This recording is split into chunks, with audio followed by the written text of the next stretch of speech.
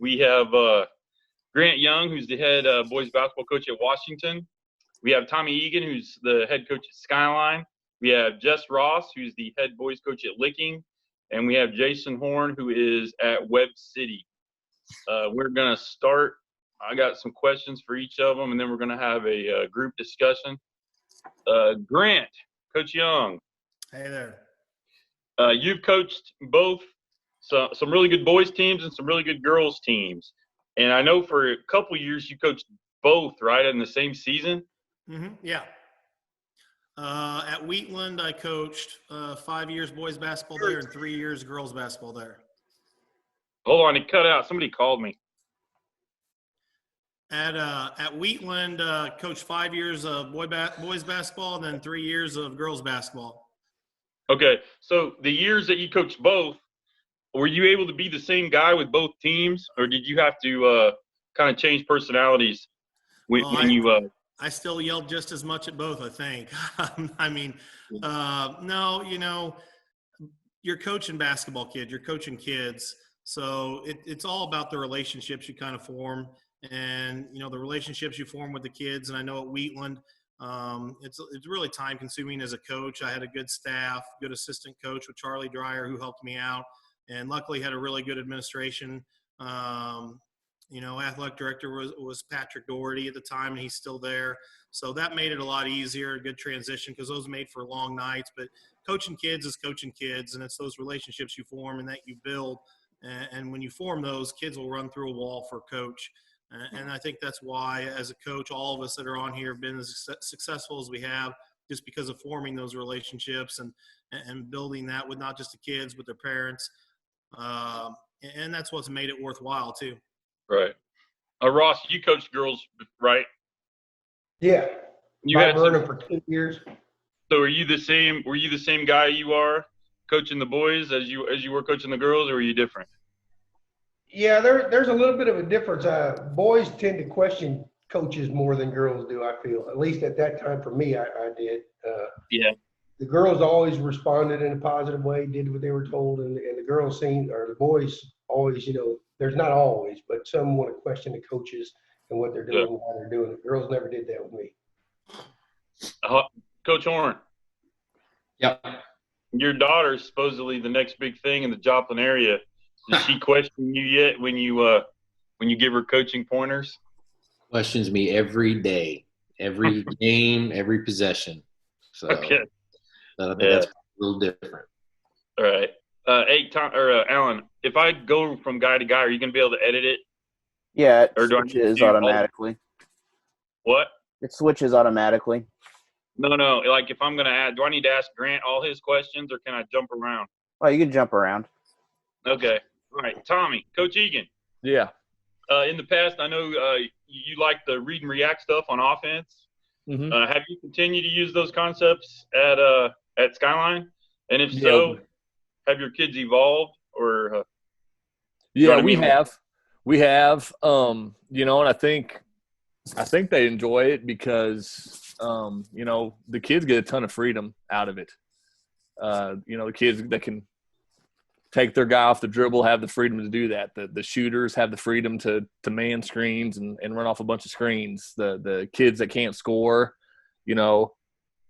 find success by, screening for teammates or, being spacing the floor or, getting down on the block and getting cheap baskets off their teammates. So I think they enjoy it because it gives them a ton of freedom. Right. And, it's good because, at Purdy, we had a bunch of 5'10" kids, across the board.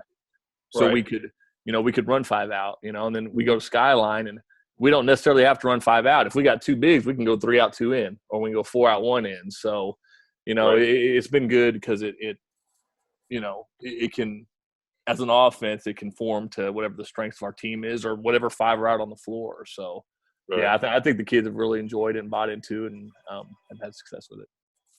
I know, Coach Ross, you kind of went to the read and react mid-season this year, right?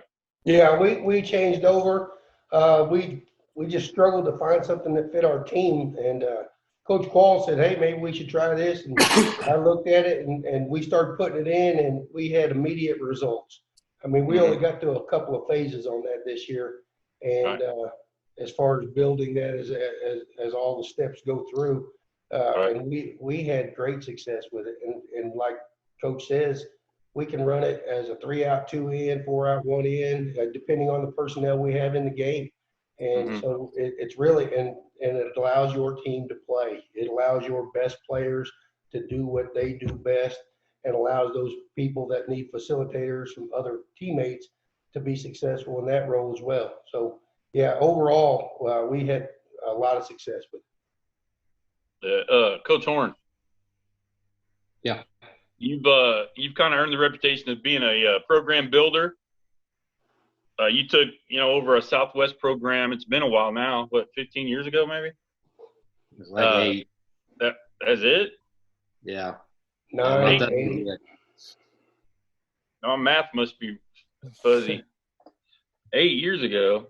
No, well, whatever. Anyways, you took them from a non-factor to state ranked, and challenging for a district title several years in a row. And you had Neosho on the right path before, some kids transfer due to families moving and some injuries. So, what do you do to change the culture? Is there something that you've done at all the places you've been, or you just kind of wing it based on the current situation? No, I think you have to set expectations early on. You have to let the kids know what you're about.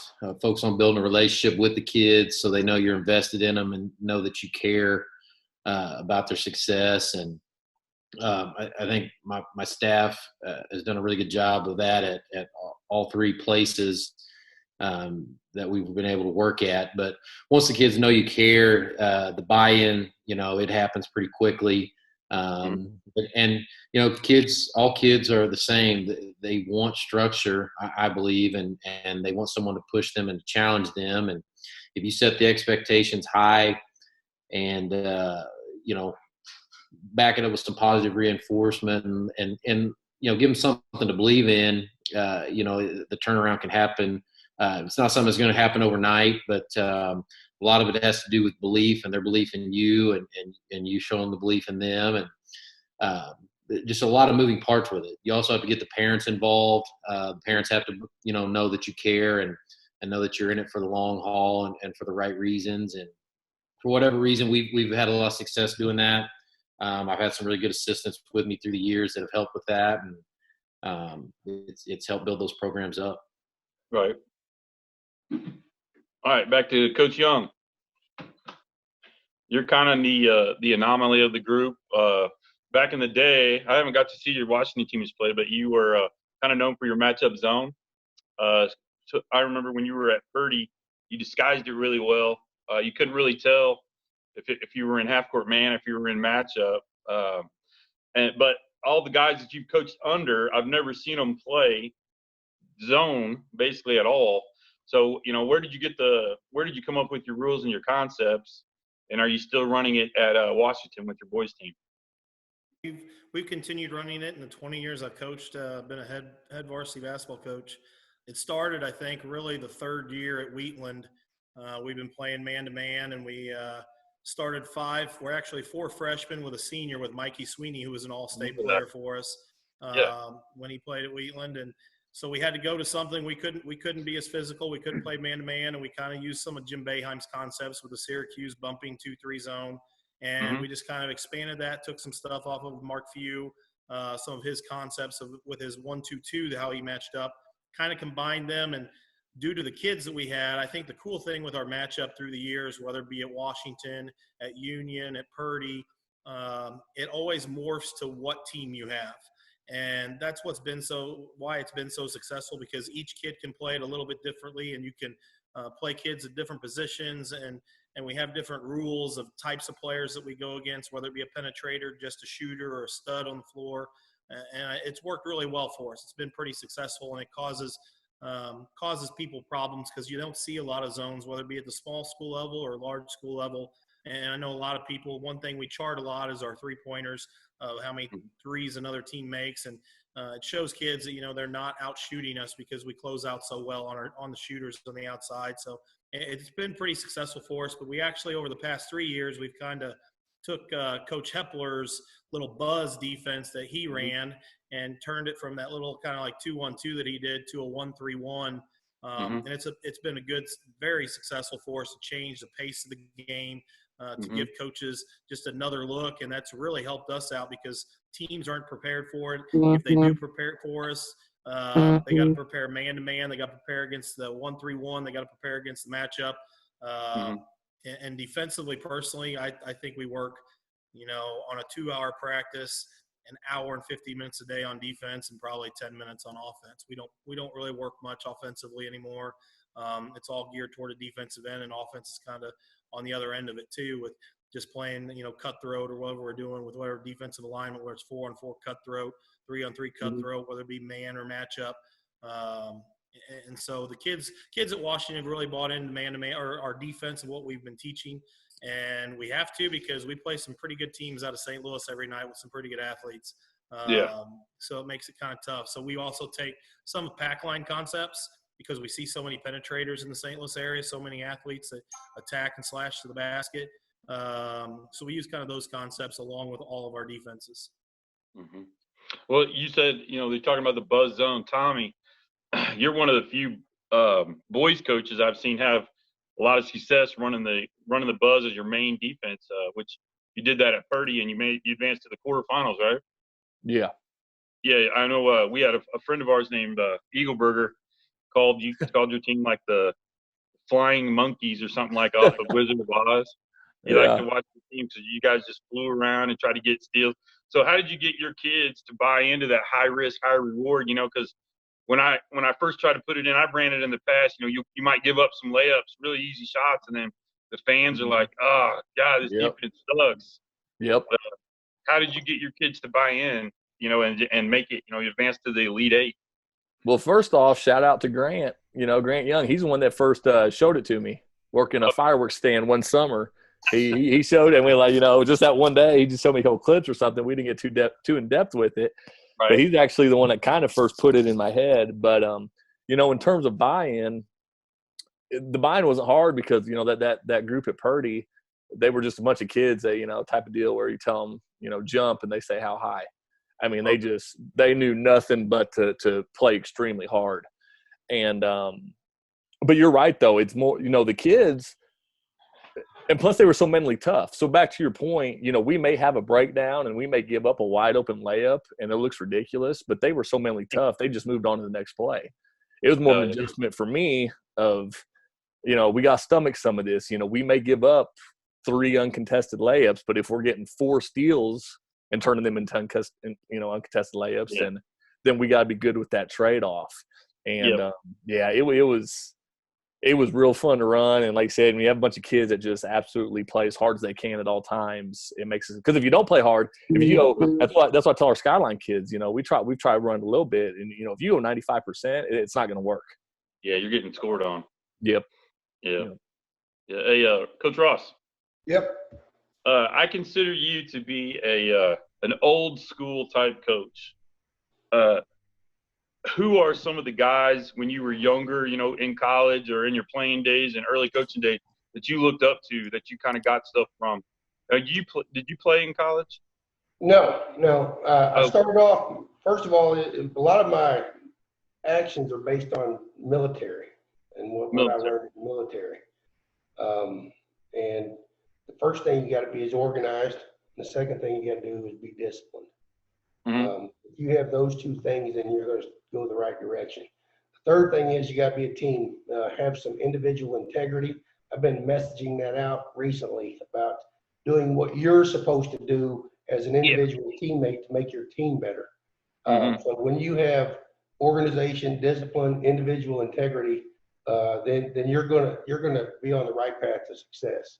And do what you're supposed to do and trust your teammates to do what they're supposed to do. That's important. And so here at Licking, this is something new. And I know Jason and me worked together for several years, and and talking about people who have influenced me, I've only worked under two coaches, other head coaches. One, I learned what not to do, and the other one, I learned a lot about how organization and meticulous organization is supposed to be, and that was Jay. So, you know, when you talk about old school coaches versus the new school look, and I don't see a great deal of difference because I see a lot of new coaches that the good ones are highly organized, highly motivated, and they teach to care about your teammates. You know, they're important. It's not about the coaches, it's about the kids and about what they do. And so a good coach, whether they're old school or new school, it doesn't matter as long as you're teaching kids to care about each other, work hard as an individual to help the guy next to you, and have some organization and structure. Mm-hmm. Coach Horn. Yep. In recent years, it just seems like the Joplin area is becoming very competitive with like the Springfield area for success of their girls and boys basketball teams. What can you contribute to the rise of success in that area? Well, the area's always had a lot of good athletes. I think when I was at Southwest, the small schools were pretty steady. They were all pretty solid and competing at a high level, but the larger schools that had somewhat fell off. And the youth had really stopped playing in some of the larger schools. It seemed like, you know, say Webb City, they were really good, and then the other 4 or 5 large schools would be down, and then the next year it'd be maybe Joplin, and then the other 4 down. They were never all at the same time, and it was one group here or there coming through that was good. But the youth had started to fall off. No one was running any youth things at the Four Seasons complex. In recent years, we all had got back together and kind of made a concerted effort to get the youth programs going again. And there's a lot more camp opportunities going on right now. A lot more opportunities for the kids to play, whether that local leagues and then some travel league things. And then there's more tournaments in the area just here in Joplin. And I think that's helped us catch up to what Springfield was doing, because those kids at Springfield are playing year round. Right. Now, with that said, though, this area, you'll see a lot more 3-sport athletes. Football's such a monster in this area. Right. But it seems like it's like a throwback. All the kids are playing all 3. So, you know, we may all start off a little slow when it gets rolling. But, you know, as you've seen by February, you know, Joplin, ourselves, you know, Neosho of late, Carthage, we're all, you know, competing at a high level in that conference and doing well in the district and the playoffs. Mm-hmm. All right. Back to Grant.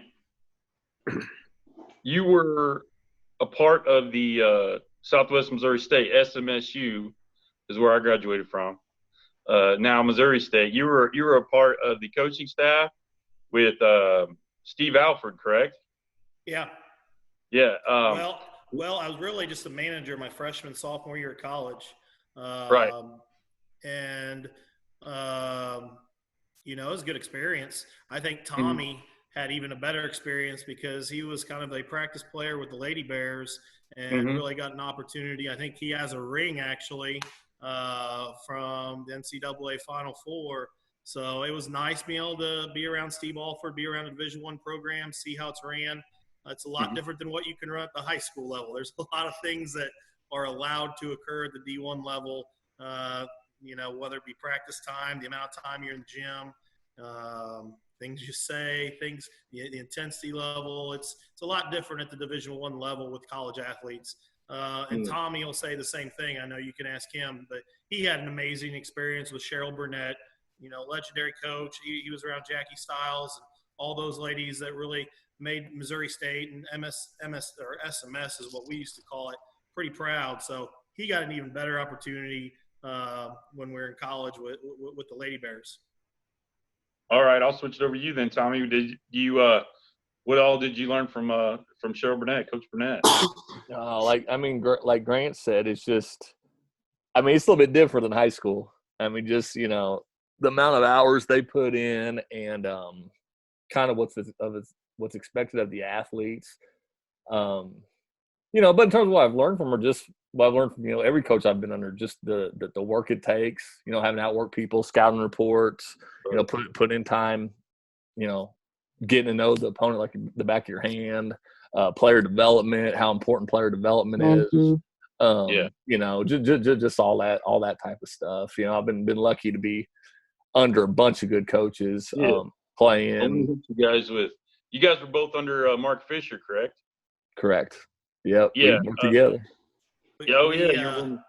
With Dustin Larson, Larson, Tommy Egan, and myself. Yeah, we had a fun year. We actually had to run sprints one time because we didn't guard the team good enough in practice, because that was our job as college kids. Was the assistant coaches always guarded the high school guys. So Fisher put us on the line. All the kids were clapping, and I think he was tired of all us. Me and Larson were kind of complaining, and Tommy would be on the side with who got the ball more, me or Dustin. And just look at Dustin Larson's been a really successful coach, Springfield Catholic and Stratford this past year.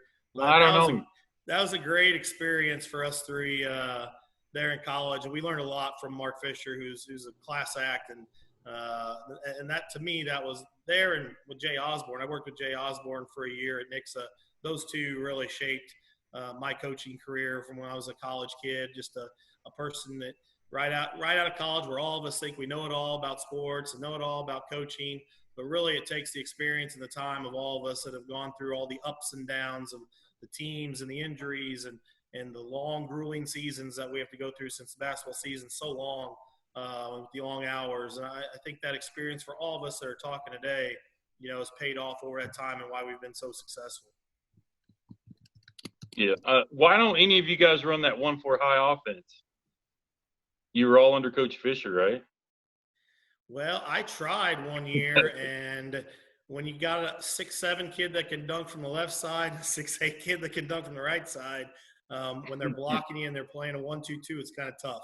So yeah, I just remember his teams back in the late 90s, early 2000s. They were ball control, discipline defensively, but all right, Coach Horn. Yeah. How involved are you in your feeder programs at the elementary and junior high levels? And does the administration at Webb City allow you in on decision making, like of who gets to coach those teams and at those levels? Yes, we're very involved. Going back to Neosho, one of the first things we did in Neosho was start a youth basketball program. There was nothing going on. We started a youth league, and they've got those kids coming up through now, and coming in at Webb, kind of the same thing. You talked about the area starting to boom in basketball. Well, that was, I kind of got to be on the ground floor of some of that. Joplin started their youth league. We had the one in Neosho, and then Webb City, we started ours. For years, Webb City had a league at Carterville, and it kind of went away. So we consolidated, put the league together. We've got over 300 boys alone, K through 6, playing basketball in our league. And our administration has been very supportive of it. From the league models, kind of like similar to Little League Baseball. We go a 4-week league. They play 2 games each Saturday. And then from there, the kids are a little bit more serious. They can try out for our teams that we put together in the 4th, 5th, and 6th grade, which my assistants coach. And generally we'll have an A and a B team with those. And we'll kind of run it like a junior high tryout. And the parents aren't locked to having to do that. The parents, if they want to branch out and start a team, we're 100% all right with that. But we encourage our kids to play on that team. It helps us kind of install our defensive principles and philosophies. And the kids get good player development out of it. They're doing a lot of the things that we're doing with the high school kids, on a smaller scale. So I think that's helped our program really start to take off, and it's generated a lot of interest in basketball. And again, the administration here is very supportive. The community as a whole is really supportive. We have a ton of kids that participate. Doesn't matter, if it's a camp, we could throw something together in October on 2 days notice, and there'll be 100 kids there. The community is really different here about those things. And we try to build it up from kindergarten through junior high. Again, they've let me have a lot of help with the junior high as far as hiring coaches, and we run all the same things from really the 4th grade on until they get to high school. I know, Grant, I talked to you a little bit a couple days ago. Is that similar to your youth program at Washington? Well, actually, ours is a little bit different because in St. Louis area, it's different than Southwest Missouri and a lot of parts of the state. St. Louis doesn't have junior high programs. So all of these kids, they don't, if you go to like Rockwood Summit, you don't have a 7th and 8th grade basketball team. So, I didn't know that. Yeah, I didn't know that either. all of the St. Louis area has their feeder program, and they may say, this is the Rockwood Summit feeder program. It could be kids from Wentzville, Liberty. It could be kids from Melville, and they can still go there. So that's the problem. I know a lot of parts of the state, this is where recruiting comes in. And that's why it's a big deal in St. Louis, not just with private schools, but public schools also, because these 7th and 8th graders, when they get to that 8th grade year, the districts are so close to one another, they can move to another district and play for another school. So it's not just private schools a lot of times with pulling these kids in with the feeder programs. We're lucky we don't have that, but it's also a curse because we can only play so many teams. And us being a large school with 1,500 kids in our high school, we play a lot of 4 overs conference schools with our 7th and 8th grade teams because we're kind of like a county school. We're not really in St. Louis, but we're kind of on the boundaries as a suburb. So we play teams like Pacific and Owensville and St. Clair, St. James, some of those guys, and we play just a small schedule of only about 12 games. However, all these feeder programs with their 7th and 8th grade and 6th grade, 5th grade teams are playing 30 and 40 and 50 games, a winter and through the school year. And that gives them a little bit of a benefit. So they get more playing time, more court time. So we're kind of the St. Louis schools and us, we're kind of constricted by what we can do in our area with promoting it. And we have our Junior Jays program where we have our 5th and 6th graders play.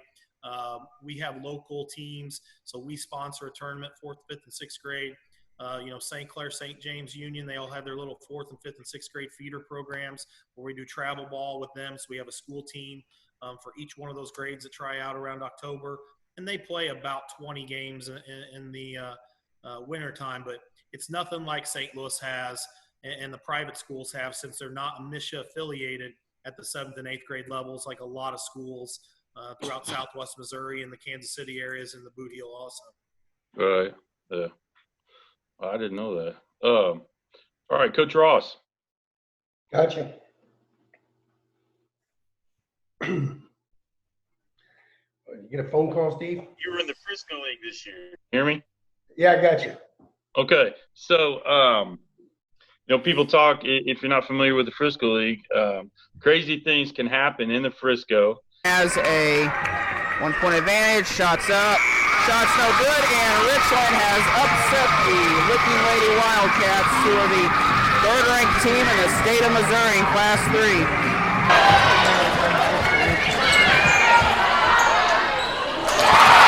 How important do you think it is to play on your home court for for Frisco League games as compared to other places that you've coached? Is it more important or less important? You want to get me in trouble.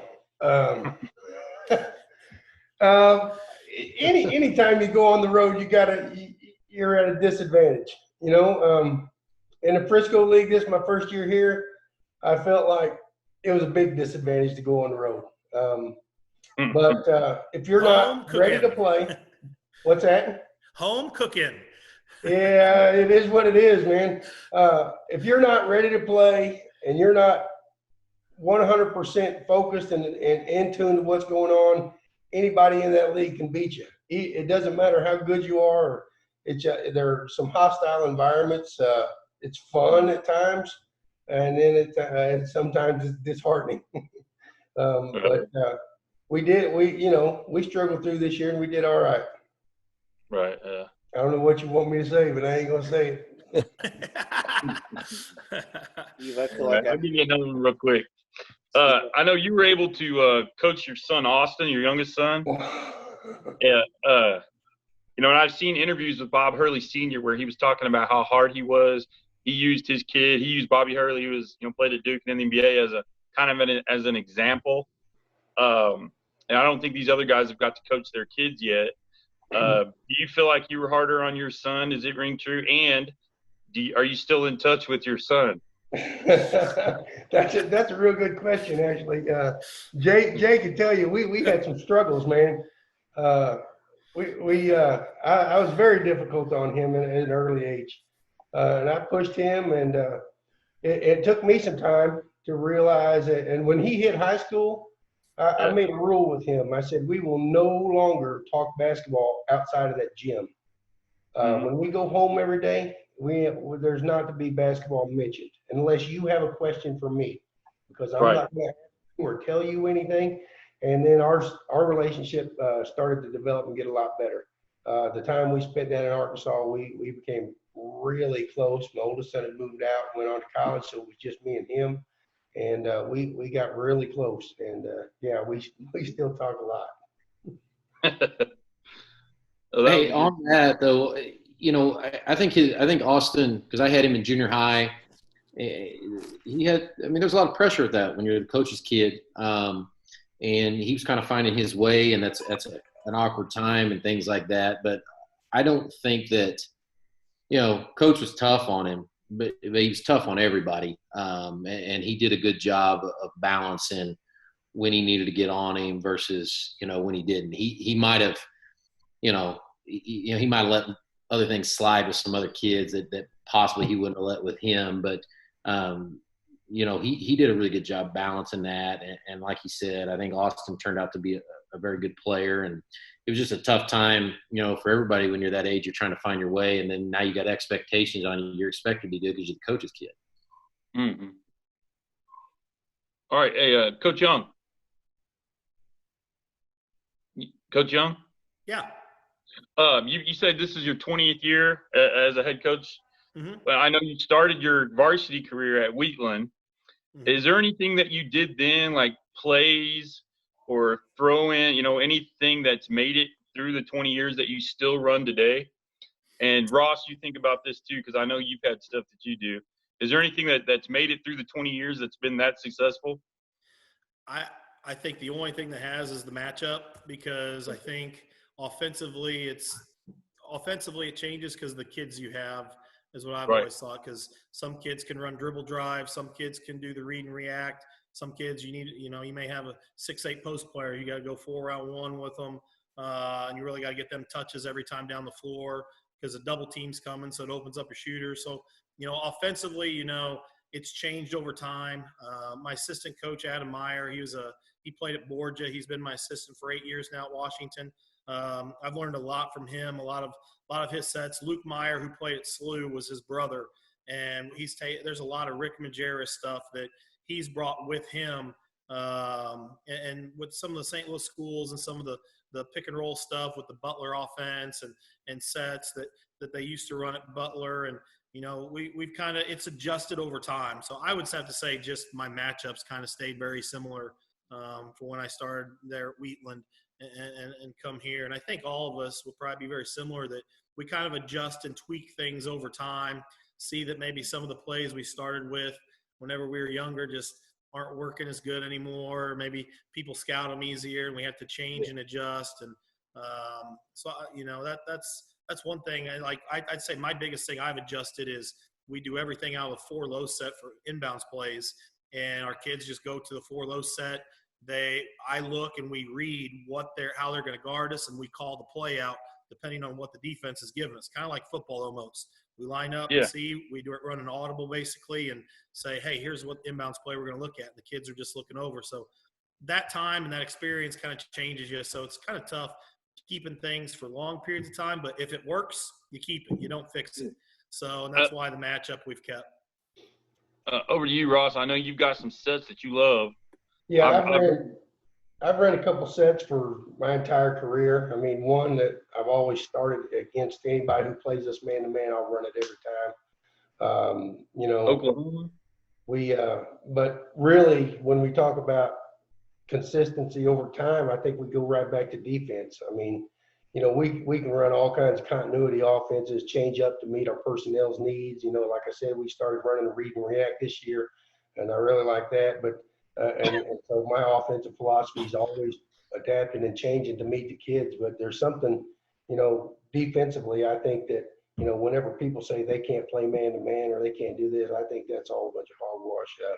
Anybody can play man-to-man, but when it comes to something that's been very consistent with me over the course of my career is my 1-2 zone, the full court, three-quarter court, and back it all the way down to half court. There's something about that and the discipline behind it and what you have to do as far as being consistent and trusting your teammates and doing what needs to be done that's really helped me be successful over my career.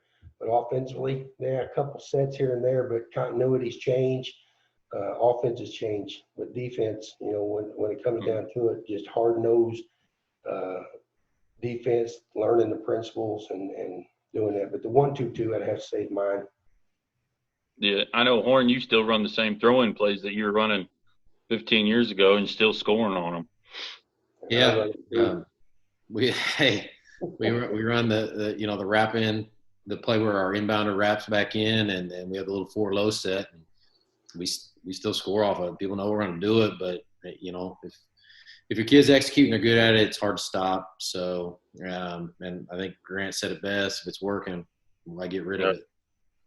What about you, Tommy? I saw you hit the buzzer beater against somebody. Did you draw that up? Oh yeah, St. Elizabeth. Did you have St. that play in Elizabeth. already? No, we drew it up on the fly, Dang. and they trapped out of it, which we didn't expect. They went and trapped out of it, and that was the nice thing about the 6'5" kid catching it. If the 5'9" kid catches it, he can't throw it out of that double. You know what I'm saying? But luckily, the 6'5" kid caught it, and he threw it out of the double. And for whatever reason, I mean, they left our second best shooter wide open at the top, and just kind of worked out great.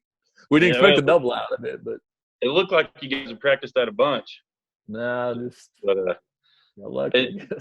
sticking with you, Skyline. When you say Skyline, everybody thinks girls basketball, right? So when you went there, did you feel any extra pressure? Because the girls are so successful to try to, match their level of success. And, and you've really raised the bar, I feel like, very quickly, to kind of match their success. Yeah. Well, first of all, I mean, you guys all know as coaches, we're always going to put more pressure on ourselves than probably they're really, I mean, that's just how we are by nature. But, I don't know. I think it's just Skyline, they want to be great at everything. Academically, it's one of the best schools in the state. I mean, the kids are great with their academics. Football has 2 semifinal appearances under the belt. Baseball, the past 2 years, have made the Final Four. Girls volleyball this year, Coach Bybee, she led them to their best season in, I don't know how, like 20 years or something like that. So, I mean, I just think Skyline kids want to have success in everything they do. And it's such a huge sports, athletically minded school, which is awesome. And I mean, our girls program, it's amazing. And Coach Cheek does such a good job. And our girls they just work so hard. And, but really, I just think coaches, kids, everybody puts a lot of pressure on themselves, no matter what they do in any aspect at that school, just because we want to be good at everything. So there's not is there a friendly rivalry maybe between the? I don't see it. I really don't. Maybe there is with the kids. I don't know about, but really, they all support each other. Good. I've said, Coach Cheek and I, we always talk about it. How they go back and forth with who plays first once the playoff starts. Every other year it's the girls first, then it's the boys first. We both want the girls to play first. And he wants it because he don't want his girls seeing, the crowds and, what happens when pressure kicks and all that. And my big reason why I want the girls to go first is they're our best fans. I want them to go out and win their game and then be, cheering for us in the stands because they're our best fans. So if there, if there is that rivalry, I don't sense it. I don't know. Right. Coach Hilliard. Yes. What's up? What you coached guys. He coached a YMCA league this year. They went undefeated, correct? Yes. They did very well. Tell me you didn't play zone at that age. I did not. Most of my stuff was man-to-man defense, aside from a few times where, we'd switch in to show them how to run it.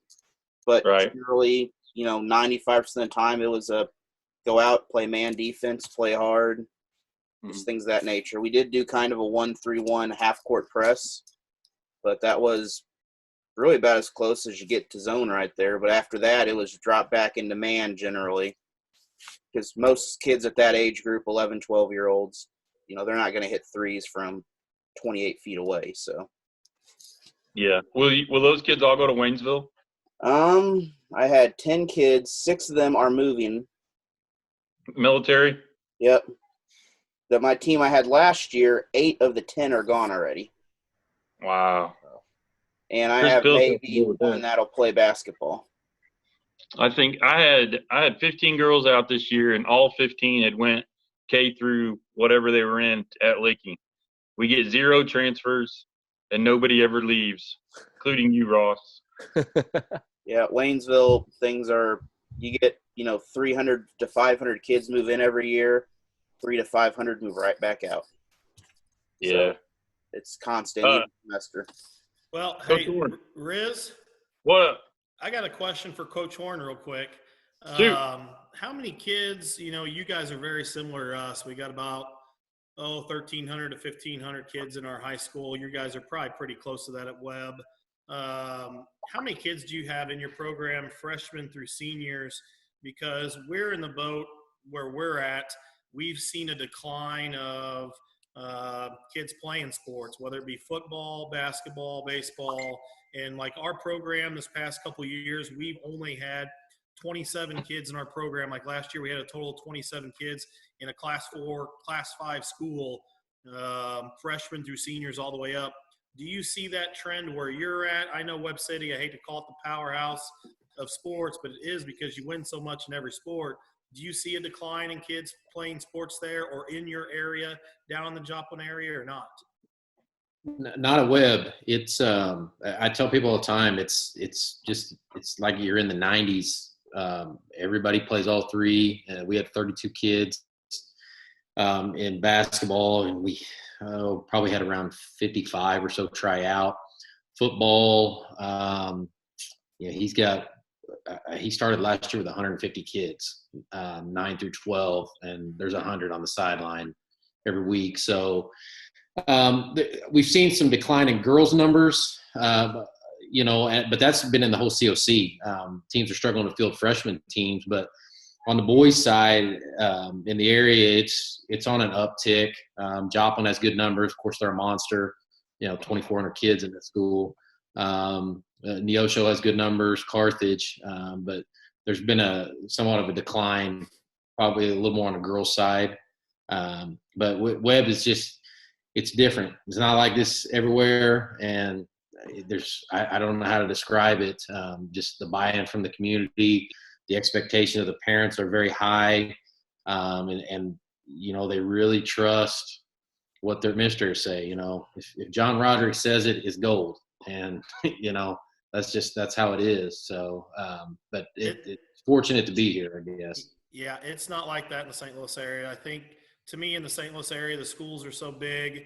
There's so many travel teams. And as I said, like baseball is just a hotbed of travel teams up here. But basketball is the same. The Knights program, Bradley Beal's group, Gateway. So many kids in the St. Louis area and outside the area, I think, specialize and just play one sport nowadays.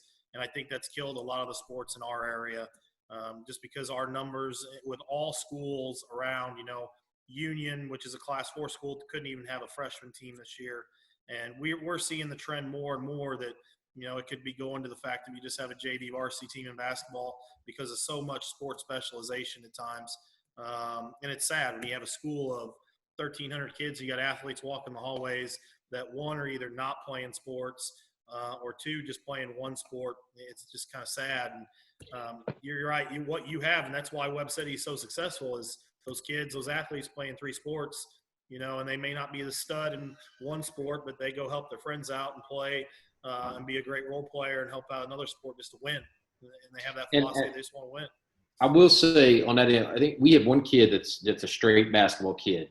But if they don't play, and we get kids that, one of our running backs, tremendous baseball player and running back, he arguably be our second or third best basketball player.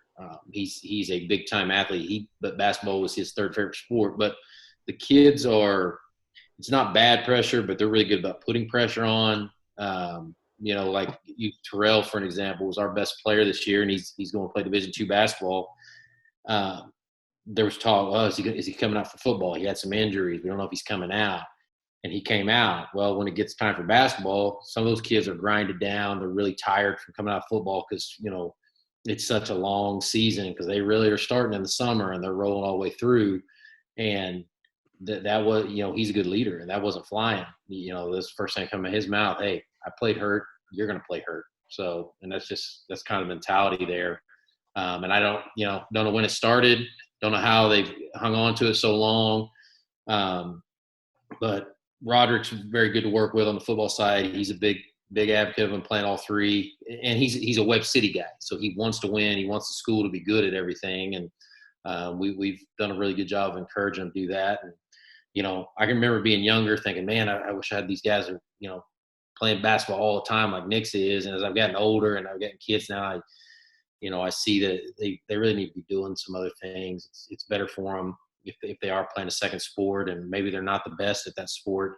It teaches them, to be a little more humble or to work for something maybe a little bit harder. Will your son play more than one sport, Jason? He plays basketball. He loves basketball. He loves football. I'm not a football guy. I have little to no interest in football, but if that's what he wants to do when he gets junior high, we'll let him do that. Right now he does flag. I love baseball. He doesn't have a lot of interest in it, but right now we're, until he's in junior high, he's going to do all three of those. Once he's in junior high, then, we want to taper it down to 2. That'll be fine. But he will play multiple sports. Tommy, you have a young girl? 2 girls, yeah. 2 girls? Yeah. What are you going to steer them? Softball, volleyball? No, yeah, honestly, I care less they play any sports. I really mean that. I really mean that. My dad was a huge football guy. I never played football. Now I love watching it, but I never played it. I kind of discovered basketball on my own, and that was, he let me figure it out on my own, and we're gonna try to do that same thing. If they want to play, that's great. I always say my oldest, she's only 7, but I feel like she's gonna end up being a cheerleader. If she does, that's fine. I don't care. Whatever's gonna make her happy, because I've dealt with too many kids over the years that the only reason they play is because their parents don't want them to play, and that's a nightmare. That's a nightmare for everybody, and that's not a good situation. And so I do not want that. And Grant, you said you're going to get to coach your son, right? Isn't he coming into high school? Yeah, he'll be a freshman next year. My oldest son, Kaner, and he loves baseball. It's probably his best sport's basketball, but there's something about the game of baseball he loves, and he'll be a 3-sport kid probably his freshman, sophomore year, and then he'll decide by his upperclassman years what he wants to do. He also is a goalie for soccer, so he may get the opportunity maybe play varsity goalie as a freshman. He's 6'2" and a lot more athletic than I ever was, so he's been blessed, and he's been blessed because he's worked hard at it. But then, like Tommy said, then I have my youngest son, who's a 3rd grader, who right now is probably 5'6" and just a monster compared to every other kid. Big. But he's a monster. And he'll probably be 6'8", 6'9" when it's all said and done. But he may be the best Fortnite player in the country. So I don't know. He's not really been excited about any sports or playing. And he told us one time, he said his last baseball game, he goes, "I'm retired from baseball now." So as Tommy said, it's what the kids love to do. Our oldest son loves sports. I think he'll be pretty successful if he stays healthy and keeps working at it. And hopefully, as Jess said a little bit ago, hopefully that he still lives in my same house by the time he graduates high school, that I haven't ran him out of the household, that he's living with one of his friends. So I think his advice earlier of, you leave everything on the court as the coach and the player. And when you get in that truck, it's son and dad then. I really like that. I think that's great for all coaches to hear, that, when you go home, it's dad and it's son, and you can sit and watch TV and watch a game, or hopefully we get to watch a game on TV again soon. But I think that was great advice there too, Coach Ross. Listening to you guys describe your schools, I feel like Licking is somewhere. I don't know much about yours, Grant. I've never watched. The St. Louis area is kind of out of my wheelhouse, but like I grew up close to Skyline. They were always good at everything. It was just the way, like Tommy said, the expectations are really high from the community. They're good at everything. They were literally good at everything. Webb City's the same way. And, Licking, I feel like is an athletic school. And I think that, it's just a good place to coach. They help us out with, whatever we ask for. So I know we have it a lot. We think we have it so bad sometimes, Coach Ross and I, but, I look at some of the other schools around us. I'm like, man, we have it pretty good. But I got a couple of round table discussion here. Oh, wait. First, Coach Horn. Yeah. Can you tell us, you did something kind of unique where the Joplin's located. You started a four-state coaches association. That was about that and why you formed it.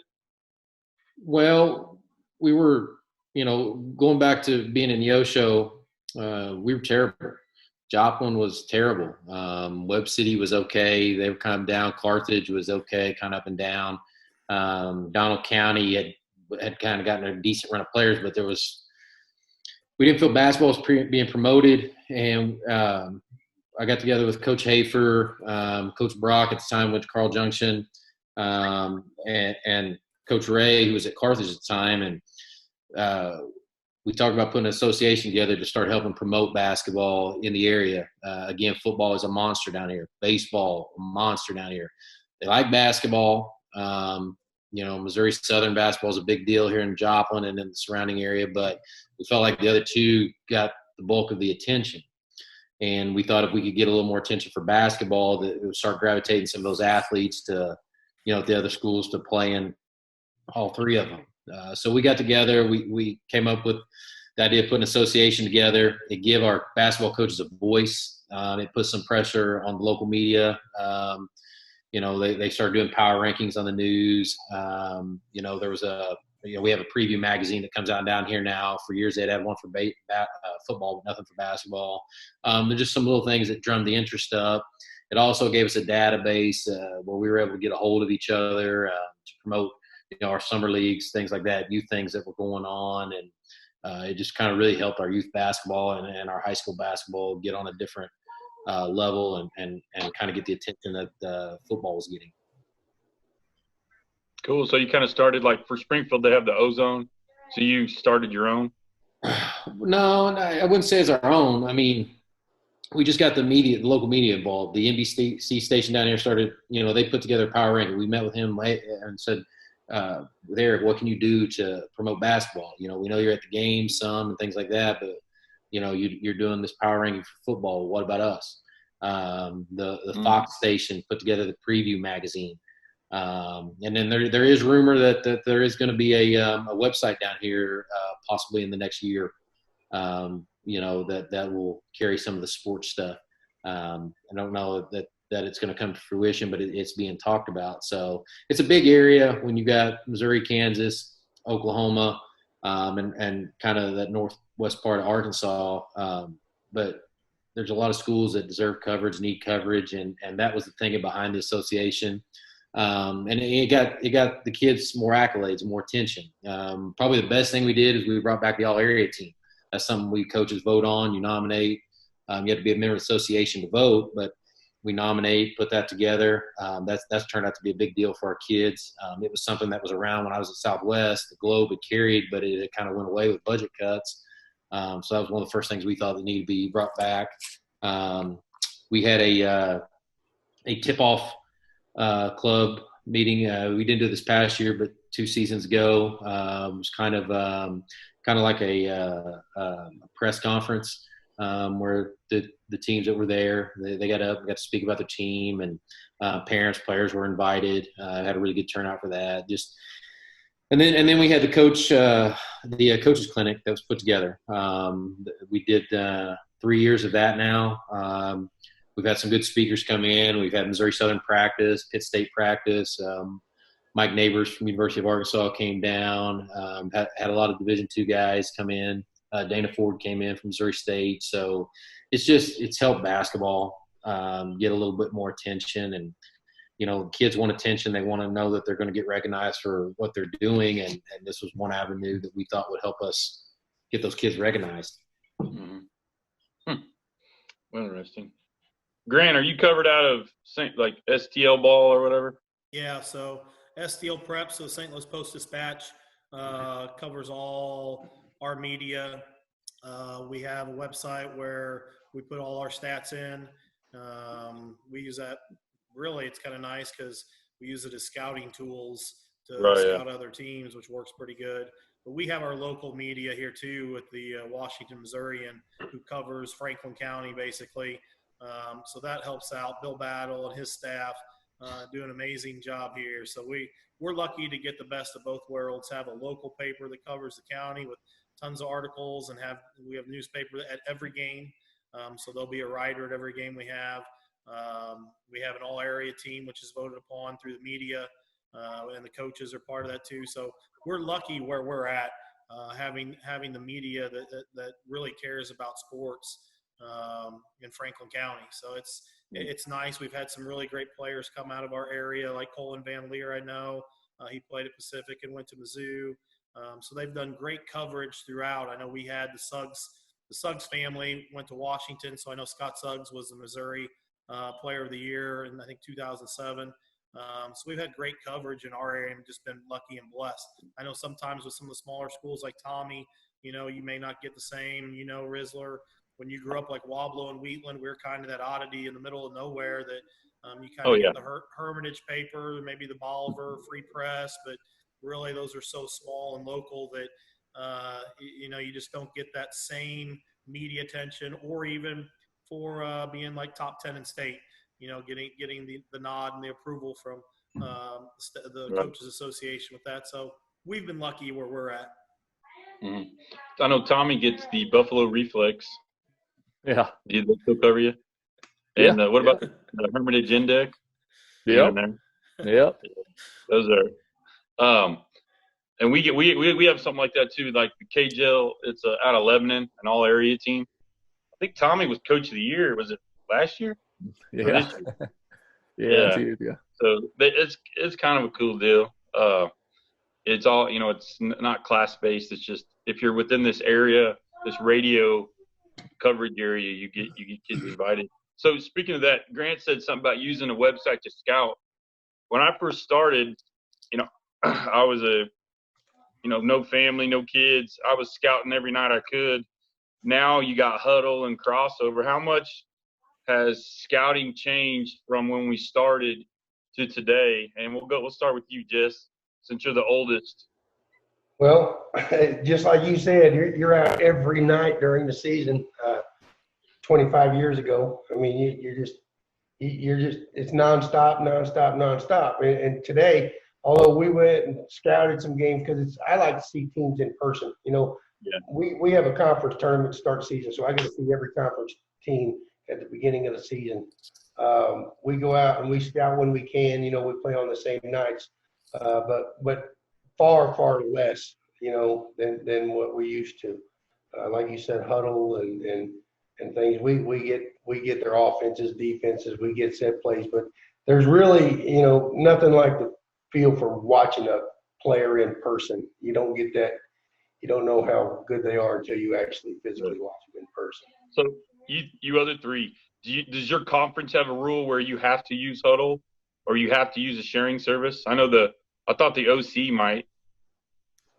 Does the COC? No, I think everybody's on Huddle. It seems like Joplin may use Crossover, or they may have switched this year, but there's no rule that you have to. There's no rule you have to trade. We all do trade.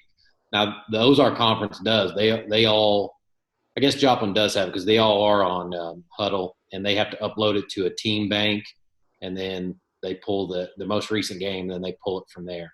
So, Yeah. but we're all pretty good about trading it. About you, Tommy? What do we have it? Do we? Are is you it a guys conference deal? You're not Mid Lakes anymore, right? Yeah, we are. You still are Mid Lakes. Okay, so does your conference have a rule where you have to share film? You have to post to a team bank like that so everybody No. has access to film? No, we don't. But we're all good about sharing, though. You know, I know there's some conferences. It drives me nuts. I'll call school and they'll be like, Yeah. "Oh yeah, we can't share film on." And you know, I don't know how many guys even really they say that, but are they truly not giving film to every single guy that asks? And that just drives me nuts. But for our conference, we're good about sharing. We'll share on each other. We'll share with So yeah. What's St. Louis like, Grant? Well, we play a home and home schedule, kind of like, I don't know if any of you guys play a home and home every year, but so if we play Fort Zumwalt South, we play them once at home and once at their place. So Really? that's 10 of our games because we're in the GAC Central. There's 3 GACs. There's a GAC North, the Central, and the South. And there's 18 teams, I think, with those 3 divisions. So we play 10 of our 16 games that we're allotted for are conference games. So we only get 6 non-conference opponents. So when you play each other that many times, you know, we kind of know everybody, and the coaches don't really change very much up here. Everybody has kind of their, you know, their set program they've had in place. So it's kind of easy to scout here. And then the 6 non-conference games are normally our local teams that we used to play in the Four Rivers Conference that are Franklin County teams like Sullivan, Pacific, which are always good competition. St. James, which I know you face, and the girls' side of things. So we still play those Four Rivers Conference schools that give us really good competition on the non-conference side. But it's crazy that I know some schools are hurting for money, but a lot of schools in the St. Louis area have gone to the Huddle Focus, where you have the camera that's built into the ceiling. So basically you go to any school, you don't even have to bring an iPad anymore. You just tell the coach, hey, can you send me the film? And they'll text it right after the game and send the link for the film with the Huddle Focus camera that sits in the gym. And most of the gyms are like that up here. They have that camera hooked up, and they use that for volleyball and basketball and anything that they use the gymnasium for. So that's kind of nice using that advantage on Huddle. We've got schools in the Frisco that don't even film their games. Oh. So now, Steve, something I've noticed is another thing that coaches look at now is a lot of these live stream services, like, you know, you got the one in St. Louis that does Jefferson County, things like that. Yeah. You have, you know, I stream. You got Alan Hilliard. Yep. Alan Hilliard live stream. Yep. Is that what you're promoting yourself? Not completely, but I mean, it's, you know, it's a good way. Like if you want to watch a team from, say, Jeff City or something, you've got a Jeff City regional one that you can just watch a stream on their YouTube or whatever. Or Facebook. I know you know, when we started preparing for the playoffs, you know, we had to go north. So those Kansas City schools were like, how are we ever going to watch these guys? But you get on that City Link or you know, a bunch of sites like that, and we could find film on those guys that maybe teams would have shared with us. So definitely, that definitely helps us as coaches. Yeah. Alan does a streaming service. Like I would, instead of driving an hour and a half to Richland, I would sit here and watch it on the TV, listen to his play-by-play. He's got a guy that works with him, a younger kid. It's probably going to be pretty good. Clayton Gregory. That's it. He's got a future in sportscasting. He'll take over for Alan soon. He does it. Hey, there's Guy. What's up? When did you get here? Probably 15, 20 minutes ago. I just listened. I can only see 4. So, okay, where was I at? Okay, something, Alan, we talked about the other day with a couple girls coaches. How do you guys feel about after districts reseeding 1 through 16 to kind of ensure that like Hartville boys and Greenwood boys, you know, what they play in the sectionals, and Dora boys and South Iron boys, like I remember Grant, 1 year you won a district, and I sat with you watching Nixa and Kickapoo girls, and they were 1 and 2 in the state. Do you remember that? Yep. I mean, I think we got to see Nixa in the sectionals and had a pretty good squad at Neosho. And, you know, we I think they played the next team that we beat in the quarterfinals. I can't remember who it was, and we beat them pretty decently. And it's you're right. It's kind of tough. It's tough seeing that with where our location is in the region of who's good that year and who's not, because you've seen it the other way too. Of some teams that may not be as good that can make it to the Final Four. Right, and we've kind of been lucky to avoid on the girls' side to not have to play Stratford, until the end. Kind of, we got sent through the boot hill, but. Are you saying that we should reassign after? Well, like Allen or something. There's a guy at Fatima, Matt Baker. Will you walk away? He was he's adamant about reseeding 1 through 16. Kind of like a college football factor, Right. kind of like they do for football, and then whoever wins their district, if you're the one plays the 16, 2, 15, just like that. Yeah, I remember one year at Southwest, me and Jay, when we were coaching together, we had 3 teams in the top 10 or top 8, I think. Yeah, and Mount Vernon, you, and Seneca. Yeah. I remember.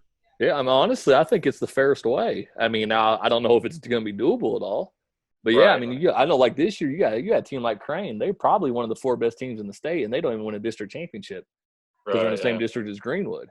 Which is a shame. Girls being in with draft. I mean, they were a Final Four team 4 years in a row.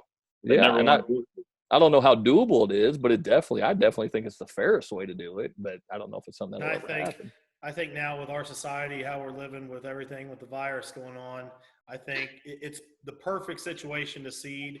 But I think budget-wise, with school districts not being able to afford the travel, it would change because the travel is going to be crazy with seeding because you'll have to travel for your sectional, then maybe another long distance for your quarterfinal game.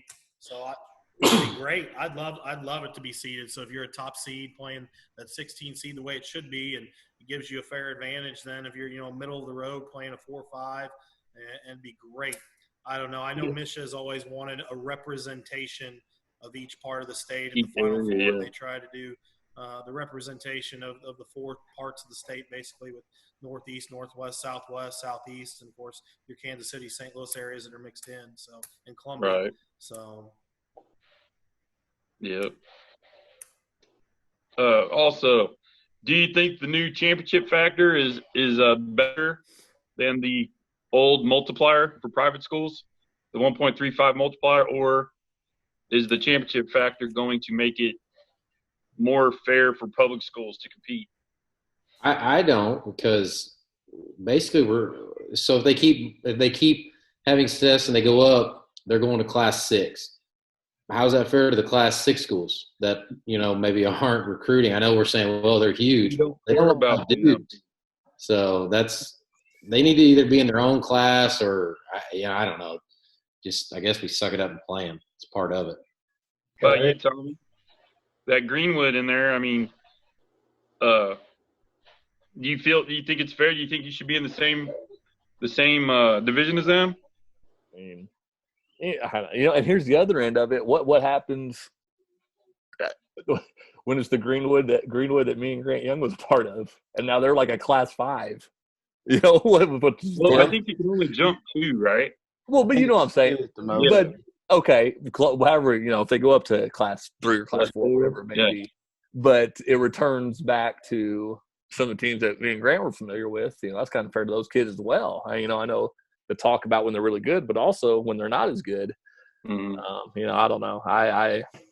It'd probably be easier. I think it'd be best for them just to have their own. I agree with that.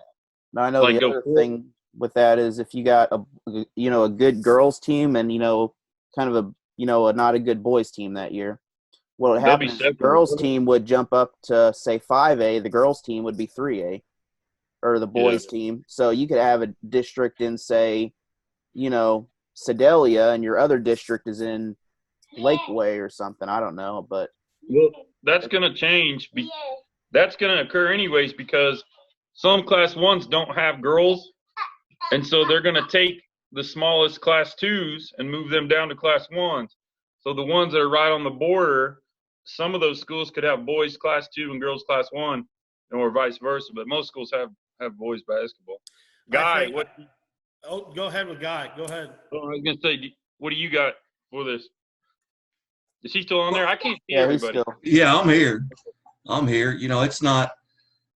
Yeah, I would like to see them reseeded after the district championships, but it wouldn't, like Tommy mentioned, a Crane. It really wouldn't affect them because they were still be in that district there with Greenwood. And Greenwood, Amino may move. I mean, he may not even be there next year, and then they're going to be stuck at a Class 3 or Class 4 for the next couple of years, and they're not going to have the talent there. I know. The one guy's son is still there, played at Missouri State, and Kelby Stuckey, his son will still be there, I'm sure, because Stuck's an attorney in Springfield, so he's not going anywhere. But though Coach Ross has probably the best experience with that. When he was in Arkansas in the 6A West or the 6A or the 7A, whatever it was at the time, top 16 make it, don't they? And you're all going to location. Out of each conference, they go by conferences. As far as playoffs go. Yeah, and then the big boys, you only had 2 conferences. You were West and Central. Right, and so conference isn't a paper tiger like it is in Missouri. At least that's what I call it. I mean, it really has no significance as far as playoffs or anything like that. In Arkansas, the Class 7, now Class 6, they go by the top 6 in the conference make the playoffs, and then from there, you go to a central location. Like when I was at Harbor one year, the complete playoffs was played at Harbor High School, and each year it switches from one side of the state to another. And for me, I think that the seeding would be an awesome thing to do. But I think, like Grant said, it's a monetary thing for certain districts, and you can't have that travel. I mean, certain smaller schools can't have that travel. In Arkansas, in the small schools, they still have district tournaments. They still do it just the way Missouri does. So I think the bigger schools, we could even separate it that way and have the bigger schools go to a different type of playoff system because their revenues are higher. They have more money. And I really liked it down there as far as the way they did it and made every game of the season important. It wasn't just those. I mean, although your district or your record is important, but your district and conference are tied and linked together, where this is going to put you in a seed in the playoffs, or you're going to have to go against somebody across the state, and according to how you did in your conference. Yeah, but on that, isn't that kind of what we're talking about with these district cells? What happens if you're in a powerhouse conference, but then you got another team that wins a extremely weak conference, right? Am I following you right on that? What you're going to do, you're going to get matched up against cross-state rivalry in a cross-state matchup. And so the 1 seed in your conference is going to play the 1 seed out of your conference is going to play the 6 seed out of the other conference, and vice versa. But I'm saying, what if you're the 7 team?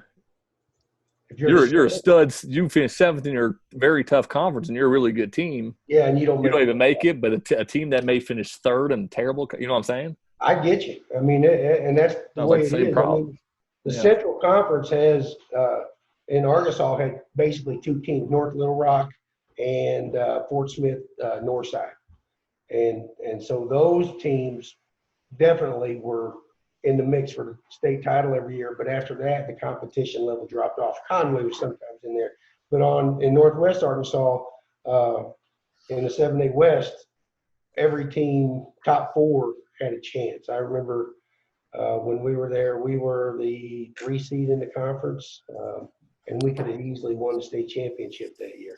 When we got beat by North Little Rock in the quarterfinals when they had Kayvon Allen and those guys. Guys, I want to tell you something. Guy is trying to put together the Class 4 and 5 Final Four. Are you still? We just talked a few days ago about it. Have you had any success rounding up the people? He's trying to play out the Class 4 and 5 Final Four. Yeah, I've got a location. And right now, that was the first thing I wanted to do is make sure I had a place to play it. JQH, they wanted $12,000 a day, and I can't afford that. So I talked to Yancey, and he said, "Hey, he's short of putting pen to paper." He said, "Yeah, I think our facility would work, just a 3-day deal." I've heard back from Lincoln College Prep. I've heard back from Kickapoo. I've heard back from Vashon. I want to do boys and girls.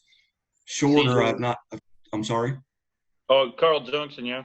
Yeah, shorter. He's like getting a hold of Obama.